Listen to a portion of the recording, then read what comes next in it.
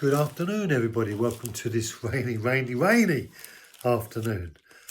Proverbs report, chapter 11 and verse 15. One who is a guarantor for a stranger will certainly suffer for it, but one who hates being a guarantor is secure. One who is a guarantor. A guarantor is someone that is prepared to stand in your stead. It basically means that they are prepared, they're promising to meet any demands that are on you and take care of it. So one who is a guarantor is someone that you can trust, someone who is going to be loyal. But that's not the problem in this case. One who is a guarantor for the stranger.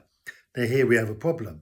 Because how can you stand security for a stranger when you don't know who they are? Clearly, a stranger, you don't know who they are. So how can you stand in their stead when you don't know who they are and you don't know what they're like? So there's problems are going to occur because the stranger may well abuse your trust that you invest in them. And so there may well be an expectation on the stranger of you, but the reality is you are being unwise if you allow yourself to be at the mercy of someone you have not yet had the opportunity to learn to trust. So should we trust everyone? At one level, I think we should trust everyone, in as much as we give people access to who we are. But at another level, I think that we should be wise in how much of who we are we give to people. If we go and give them everything we are, then we are foolish because we are making ourselves vulnerable to a stranger when we haven't learned to trust them yet. And therefore, the likelihood is they will go ahead and abuse us. But if we graciously, gradually give ourselves to people, we then give ourselves the opportunity in the journey of learning to trust someone, the discovery that which we allow them to see regarding who we are can be trusted by them.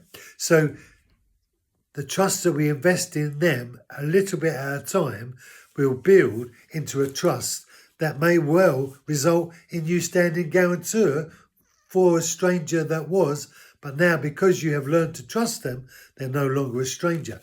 And so while they remain a stranger, it would be wise to uphold the perspective that you are on the journey of learning to trust them.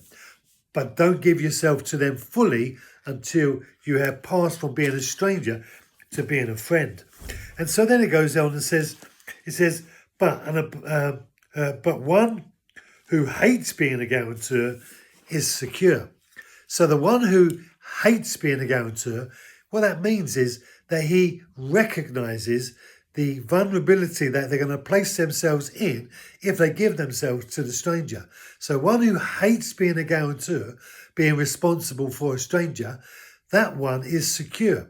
And the reason why they're secure is because they're not putting themselves in a vulnerable position.